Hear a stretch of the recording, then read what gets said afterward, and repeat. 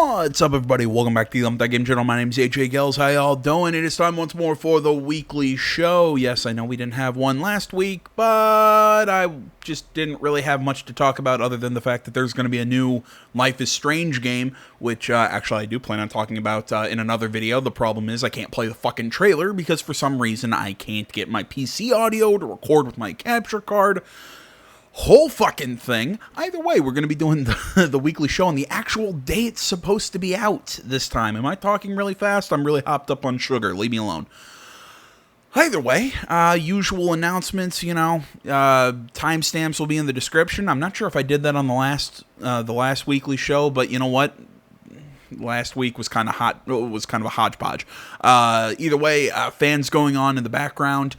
Sorry about that if you're hearing it, but it's hot as shit in this room. All that generic stuff. Let's actually hop into the news that you're actually here to listen to me bitch about. So, we're going to be leading off, and obviously, as the title of this episode states, multiple PlayStation stores are getting shut down. It's PlayStation 3, the Vita, and the PSP store, which actually I did not one more time, I did not know was still open. Now, I've been seeing this be a bigger issue than I thought it would be for a long time. And, for a while, I was just kind of sitting around thinking, okay, it kind of sucks. Specifically me, as that, I use the Vita. I don't have a PS3 or I don't know where my PSP is. But, other than the Vita, I don't really use these older PlayStation stores, but I was thinking, okay, it shuts down, it sucks, we're going to have to swap to completely physical media if we want to buy new games and everything. My only question was downloads, which I guess kind of hung in the air, yet everybody, yet I was seeing people actually wonder about what's going to happen about downloads even after Sony had made an announcement. I think I even got a Sony email that said, hey, we're closing down these stores, you can still get your already purchased games through a downloads tab, it's a whole thing, but you can still access your downloaded, your digital games, as far as I understand.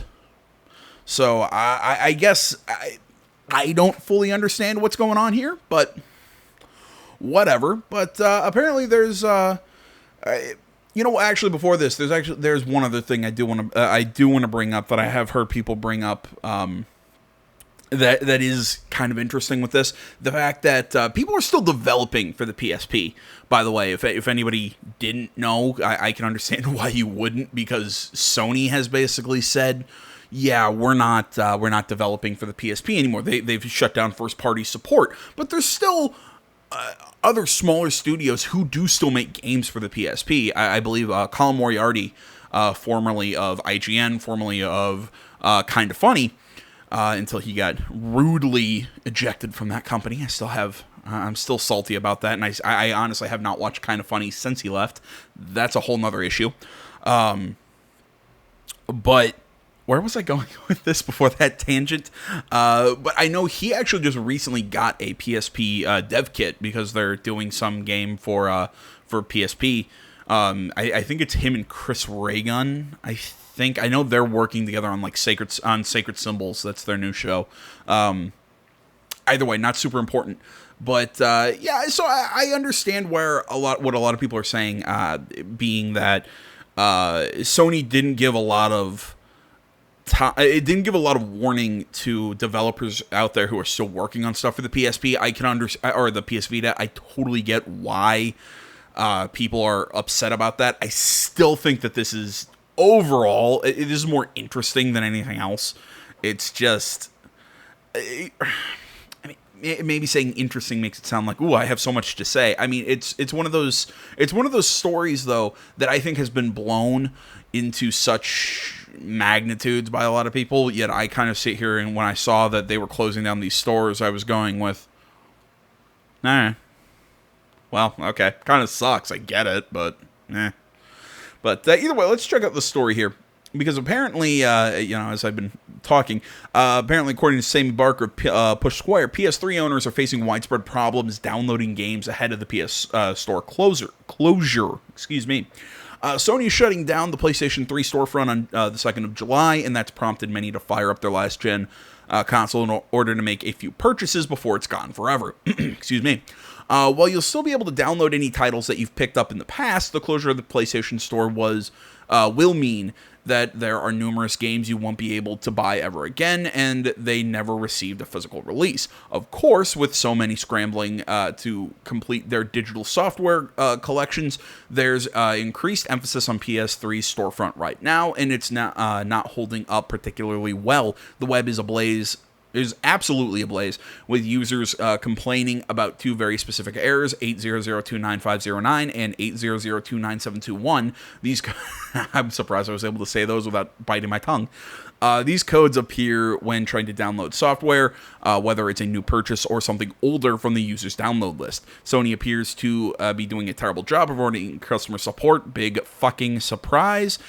Two, as a large proportion of its staff are trained to deal with PS5 and PS4 problems, and not necessarily PS3 ones.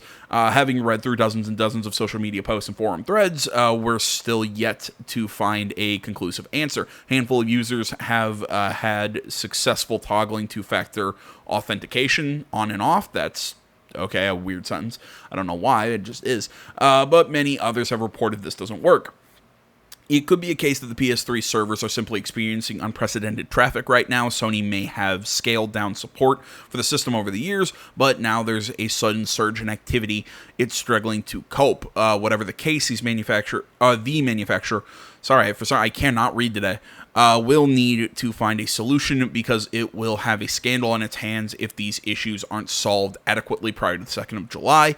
We'll continue the investigation and will update if we learn more. See, they mentioned something that I guess I didn't really think about, is the fact that there are digital-only games that really will just kind of disappear into the ether with this whole thing. So that's actually an interesting fact I didn't think about. But yeah, I totally get why people are upset with Sony. Obviously, I mean, it makes perfect sense. You know, when you expect the thing to work. And here I go about, maybe, as some people would say, white knight for Sony or white knight for CD Projekt RED, which I people haven't said I've been doing in past episodes when I say good things about Cyberpunk 2077, but, I know there's a lot of people who would say that if they would see this small channel of mine. Excuse me. But, look, I get why Sony has dropped support for the PS3 store, because it's the PS3 store, and we're 2 generations past it by now. It makes sense, though I guess at the same time you could argue it would also make sense now that they're closing it. You'd expect to see a lot more traffic, so maybe you would put a lot more customer service towards that end. But at the same time, I'm bouncing back and forth here. Customer service from a lot of these big companies sucks massive ass.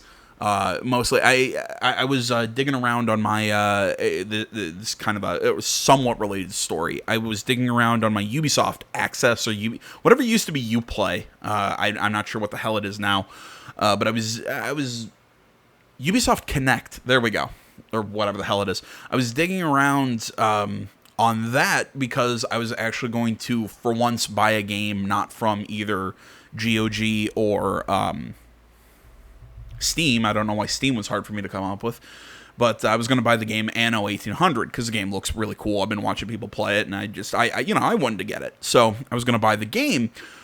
Well, I'm going through the whole process. It's not hard, but I realized something. Oh shit, this is connected to my old college email address, not my current email address that I use for all my other notifications. I've switched everything, but I kind of forgot to do that for like my EA account and my Ubi account, because how often do I use those? Rarely, if ever.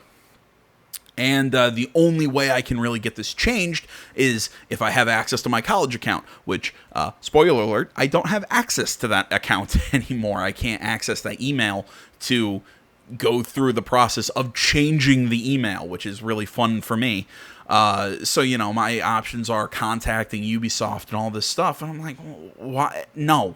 Just to change an email, I'm not talking to a company's shitty customer service. I mean, it's just a pain in the ass. I've dealt with Sony's customer service in the past. It's not great. Neither is Microsoft's, EA's, just all of them. It's pointless, to really kind of go through their customer service. So I totally understand people's frustration, but I guess at this point my stance is just kind of what are you gonna do? There's not much we can really do about it at this point. Yeah, Sony's kind of botched this, but Sony's kind of been botching a lot of stuff lately. I've been a Sony guy, but I got to admit Sony's really kind of been doing some weird shit. A lot of the stuff leading up to the PS5's release, even though I thought, hopefully now that the PS5 was coming out, they'd stop it. But there was some article I saw not too long ago that was making me laugh, that it was Sony, oh god, they were saying something about how Microsoft did something stupid about putting some brand new game onto their onto the Xbox Game Pass, but now Sony's doing a similar thing with MLB The Show. And I'm just sitting here going, I don't care. I don't have either Game Pass or whatever Sony's equivalent is. I think they're both dumb. But yeah, it's just, a lot of people are getting mad at Sony here. And yeah, I wish I had a more conclusive thing for this first story, but this just seemed to kind of like to be the biggest news out of the week, was this PlayStation store closing. So I at least wanted to address it. Alright, sticking to another little story on Sony. Hopefully, I'll try and slow down how fast I'm talking. I kind of realized in that first story I was going really quick. But apparently, the U.S. government is interfering with Sony's $1.1 billion, that is billion with a fucking B right there, buyout of Crunchyroll to face I was trying to tag that headline into my sentence, but it doesn't work grammatically, so they're facing scrutiny. Article Sim Barker pushed square. Apparently, Sony's goal of dominating the anime sector may be delayed or derailed, as reports suggest that the U.S. Justice Department has extended its antitrust review into the Japanese conglomerate's acquisition of Crunchyroll. The organization, I don't know why that doesn't look right to me. Doesn't work. Whatever. I can't spell. I'm sitting here thinking, doesn't have a Z in it? Maybe it doesn't, and I'm dumb. That's why I'm a college dropout.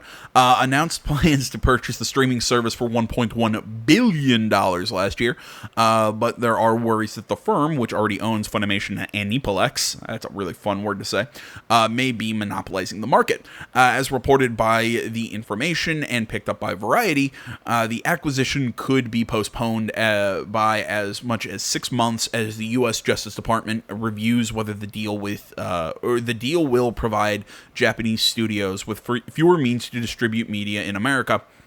It's worth noting that significantly larger streaming platforms like Netflix and Amazon Prime continue to invest in anime, so there is legitimate competition.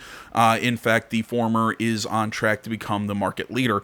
At the time of writing, Sony is yet to comment on the status of the acquisition. It's always communicated that the buyout would be subject to regulatory approval and has never put a timeline on the completion of the deal. If these reports are accurate, then it looks like the firm will be waiting a little longer before taking the reins, assuming, of course, that it's able to proceed as planned at all. Look, I have a strong feeling this deal will go through. Again, this is a feeling of mine. I'm also kind of hoping that it'll go through, that they can actually merge Funimation and all the stuff together, so I can, watch all the shit Crunchyroll has, and keep my Funimation account. I got a Funimation account to watch One Piece, and there's a lot of other stuff I want to watch, but but I refuse to get a Crunchyroll account. Why? I don't know. Maybe it's because I made the Crunchyroll account in college when I didn't have money, and I made the Funimation account now while I do have money, so I refuse to go back, and it's a whole fucking thing. Either way, it's just because I like all my anime service, streaming, whatever, all to be in one place, so I don't have to, okay, what series was I watching on Hulu, and what series was I watching on this, and that, and blah, blah, blah, and I say this as somebody who's got a Netflix, Hulu, and Amazon Prime account. Really, honestly, I could drop the Netflix one, because I really don't use it that much. But, I use Hulu for watching TV shows, Amazon for watching movies, and some TV shows that aren't on Hulu. Looking at you, House. So, honestly, I'd like Crunchyroll and Funimation and all these to kind of be fused into one platform that I can just watch everything on one place and not having to go back and forth. And other reasons why I think this deal will go through. It's like they said, they have legitimate competition in Netflix and Amazon Prime. Netflix doing a lot of, they're making a lot of deals with studios to do, I keep saying Amazon when I'm trying to say Netflix. Trying to do Netflix original stuff. I know Amazon's doing a lot of similar things, but I think the big thing with Crunchyroll is the what is it that they call it? It's simulcasting. I think Funimation does the same thing, but sorry, drinking my Gatorade, keeping getting dehydrated in here. But I think that's the big one of the big selling points for Crunchyroll and Funimation. At least, if you're a weirdo and like to watch anime with subtitles, dubs are better. I know I'm heavily outvoted on that one, but I still prefer dubs. But yeah, I think this whole situation, it's just I think it's a big hullabaloo, but I think in the end Sony's going to get this deal through, and we're going to get Funimation and all of them to be one big connected thing, which I am all for. Okay, one more article on Push Square before we go to other articles on Push Square about our final kind of topic that I'm kind of merging 3 articles into one here. But just wanted to do this little rumor here because anytime I can talk about World War II Call of Duty games, I'm on board. Article Liam Croft, Push Square. According to reports from Modern Warzone, which have been verified by Eurogamer sources, the Call of Duty franchise will be returning to the trenches as this year's installment takes place in World War II. Oh yeah! Sledgehammer Games is the team behind what is being called Call of Duty WW2 Vanguard. The two sites disagree on what the setting will entail. However, with Modern Warzone suggesting, and I quote, the entire game takes place in an alternative timeline where 1945 wasn't the end of World War II, and end quote. I'm not happy with that then. Eurogamer, meanwhile, believes the currently unannounced entry will remain traditional, where we're sure this important detail will be cleared up once the game is revealed. Excuse me. If the report is true, then Call of Duty WW2 Vanguard will mark the first time Sledgehammer Games has led production on an entry in the Activision franchise since 2017. The studio was supposed to be working in tandem with Raven Software to produce what became known as last year's Call of Duty Black Ops Cold War, but the plan was scrapped so Treyarch could take over. Sledgehammer Games previously put out Call of Duty WW2 and Call of Duty Advanced Warfare, both of which were well received at the time. Confirmation from Activision probably won't arrive for another couple months. Call of Duty titles are generally announced around May, but given the fact that Eurogamer has accurately shared series details for years now, you can place a good amount of trust into this report. Alright. Look, I liked Warfare. I liked Advanced Warfare as well. Wait a minute. Sorry, I'm gonna kind of try and talk while I Google something on my phone here. I'm trying to remember which one was Advanced Warfare. Was Advanced Warfare the one with Kevin Spacey in it, or was it, or am I thinking the one in space? Either way, I liked both of those. Of Duty, Advanced. Yeah, Advanced Warfare was the one with Kevin Spacey. Okay. Sorry, I can't remember what the one with, the one set in space was. For some reason, I really like that one's story. I can't remember the title of it for some reason. Either way, not super important right now. I think Sledgehammer's done good jobs with that game. I really liked Call of Duty WW2. That was a lot of fun. I've never hidden the fact that my favorite Call of Duty games are WW2 games. Hell, you know what? Now that I have a converter for my PS2, I should probably do a series, an LP series for Call of Duty Big Red 1. Like, that is my favorite Call of Duty game of all time back on the PS2. I loved the shit out of Big Red 1. But I'm totally on board with it. A little less on board if it is an alternate history where the end of World War II wasn't the end of World War II. But you know what? I'm all on board here. I mean, hell, even if it is just another, you start with the Normandy invasion and you just march across Europe until you get to Germany and end the war. Just is something that's been done 1,000 times before. I love Call of Duty in World War II. It's a bread and butter type of game that it's comfort food to me. So I'm set. I'm on board with it. So let's get into our final topic now, which is CD Projekt RED related news. So first off, on Push Square, Liam Croft, CD Projekt RED cancels dedicated Cyberpunk 2077 multiplayer game. Yeah, I get it. I totally get why you would do that. Polish developer CD Projekt RED has scrapped its plans to produce a multiplayer game for Cyberpunk 2077. What was supposed to be a dedicated online offering separate from the base game, and now will form part of a new strategy the team is implementing, where all of its franchises will one day contain a multiplayer portion. There we go. Which that makes me a little sad because The Witcher doesn't need multiplayer. Cyberpunk doesn't need multiplayer. These games don't need multiplayer. Make great RPGs. God damn it. Sorry. I know some people are going to say, AJ, you're saying great RPGs and you're including Cyberpunk 2077. Good RPGs. Because look, I still stand by it. It has problems. I keep seeing people posting, "Oh my gosh, they even released this 1.2 patch and it's still buggy as shit." And blah blah blah blah blah. Okay, yeah, sure, still love it. I like a lot of the changes in the 1.2 patch. I'm enjoying the game. Whatever. Where the hell was I in this thing? Let's see here. This is an innovative. This is an innovative going forward initiative. Oh, okay, that's why I'm reading that word wrong. Going forward, meaning there may be a possibility that The Witcher 4 is the first title in that pipeline that CD Projekt Red could take this approach to, or whatever its next game ends up being.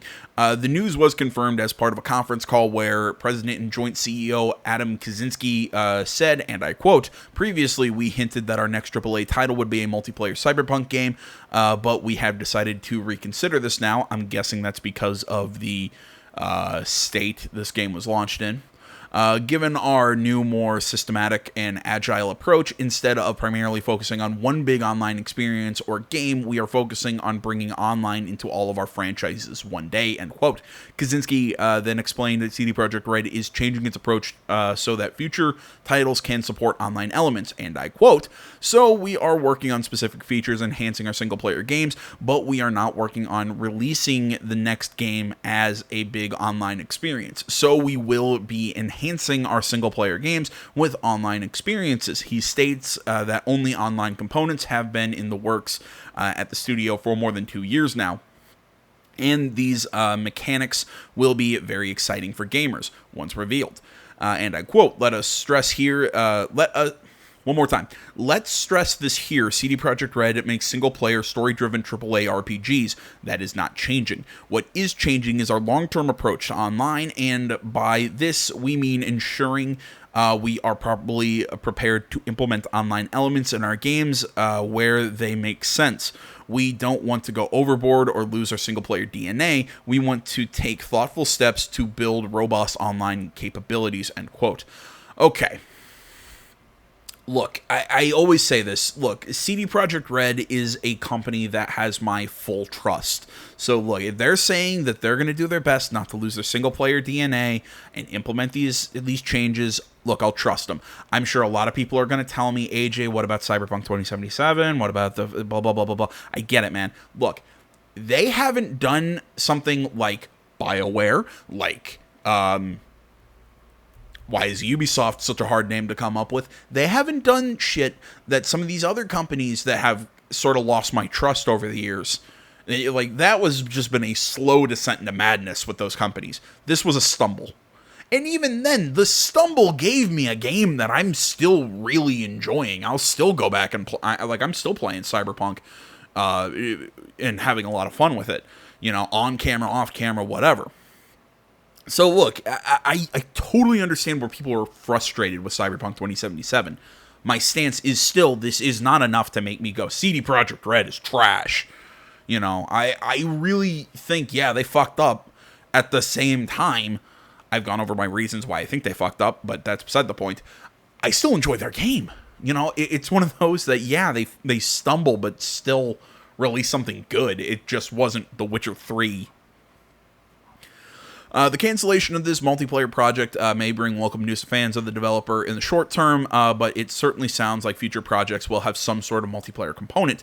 For now, CD Projekt Red is still busy fixing Cyberpunk 2077. Patch 1.2 got the ball rolling with fewer crashes and better performance on PlayStation 5, but we're not there just yet. The game has been missing from the PlayStation Store for more than 3 months now, which, yeah, that maybe that needs to be fixed because the game runs a lot better. I don't know how it runs on PS4, but yeah, it at least needs to come to PS5. It needs to be purchasable because the game it runs just fine. Yeah, it crashes every so often, but nowhere near what it used to. And speaking of improvements to Cyberpunk 2077, you see how I do that? Article Robert Ramsey. Rumor Cyberpunk 2077 free DLCs leaked, suggests multiple system expansions and more. 9 free pieces of Cyberpunk 2077 DLC has supposedly been leaked via the Epic Game Store following the release of the game's latest update, patch 1.2. Reddit user Prickly Assassin managed to sneak a quick look at Cyberpunk 2077's registered add-ons.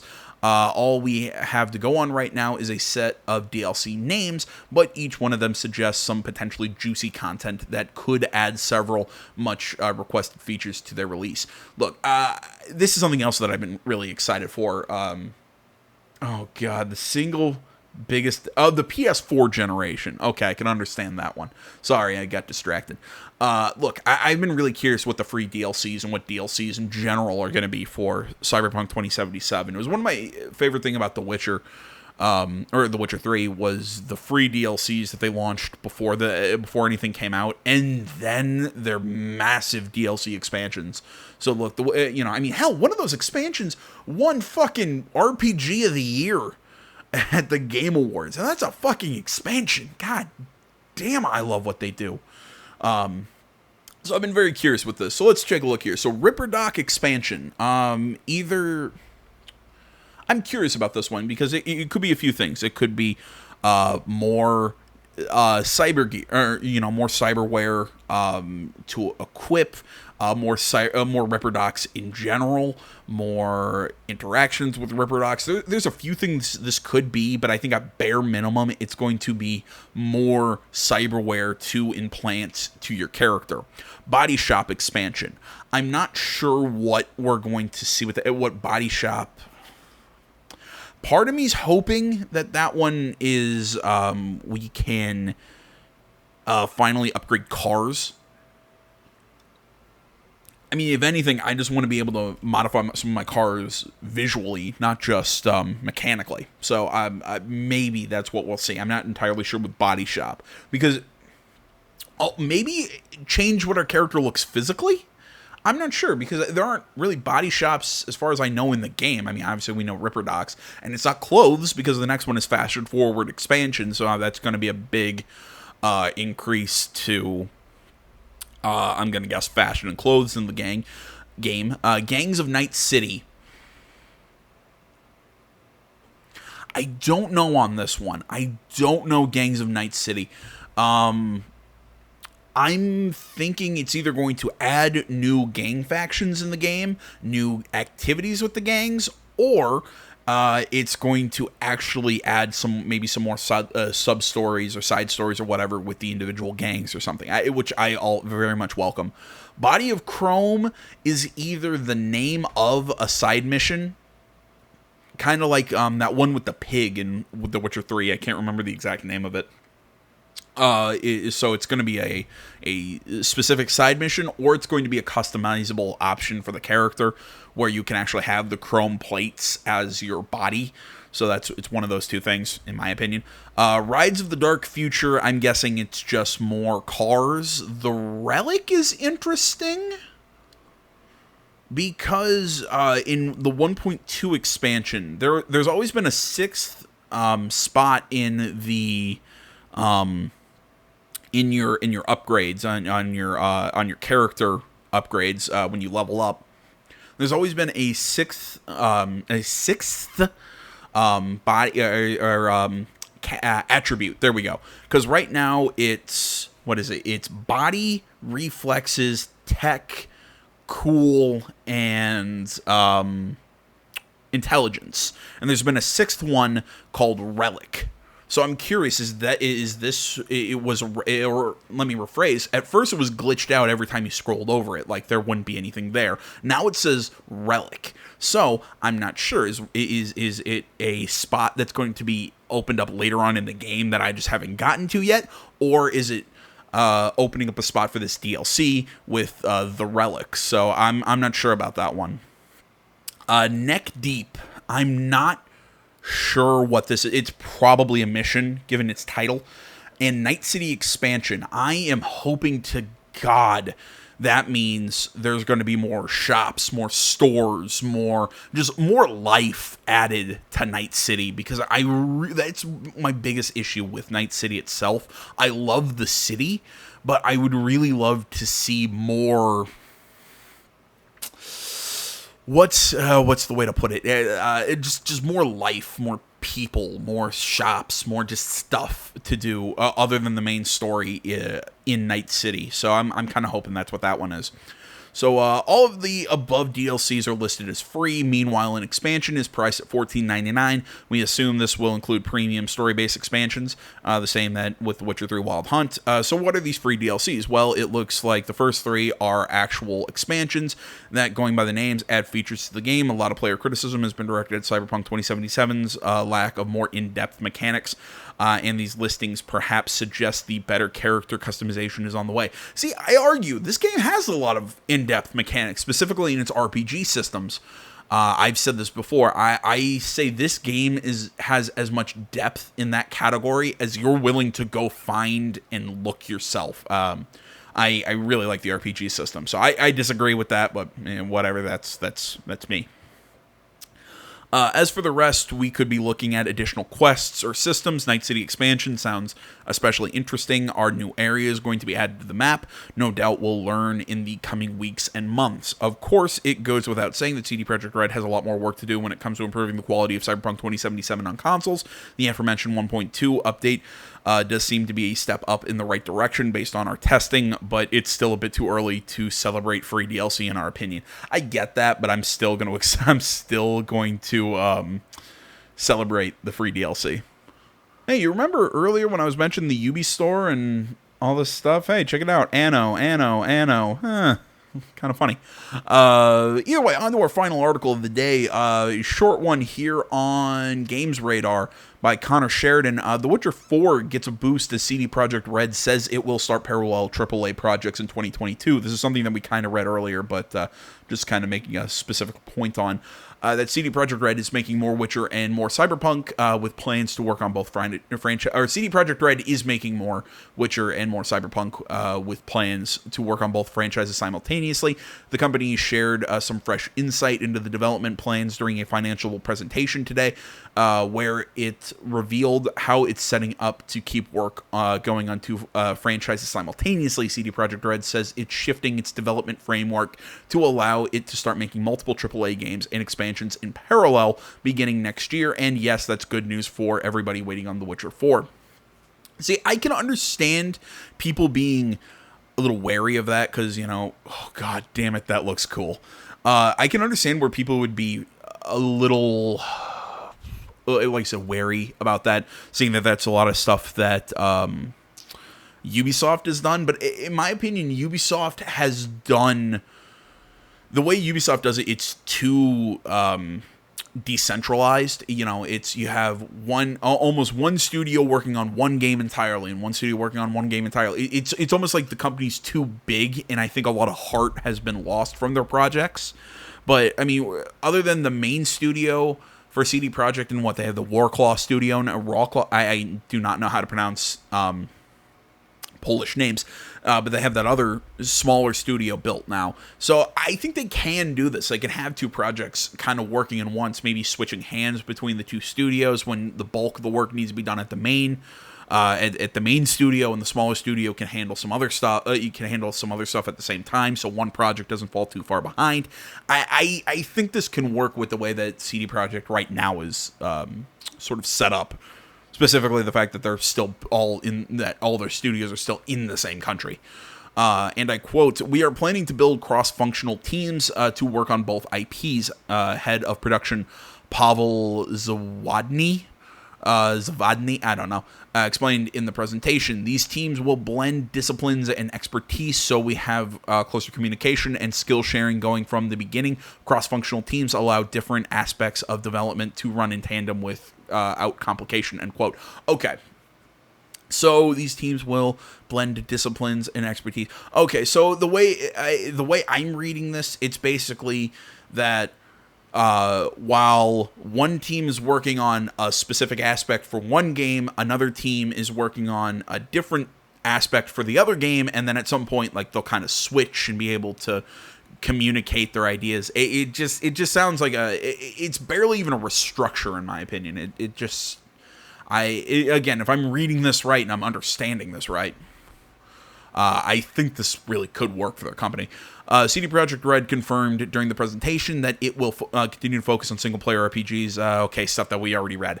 So yeah, I like this idea. I think it's going to work. Again, if there's a company I trust almost implicitly, it's CD Projekt. So, yeah, all right. That's about all I got for you guys. Thanks for watching. As I said, I think at the very beginning of the video, I do have plans to talk about the new Life is Strange game that's been announced. I just, like I said, need to figure out why I can't record audio on my PC games and whatnot. So we'll figure that shit out, and hopefully everything will be fixed. Other than that, like, comment, you're not already, please subscribe to the channel. Check me out on any of the social media that's in the description. Specifically, if you're ever looking for the backup site, I primarily use YouTube and BitChute, which go check out the BitChute page, by the way. And other than that, thanks for watching, and until next time, my name's AJ Gels, the See I'm Thinking Game channel. I'm out.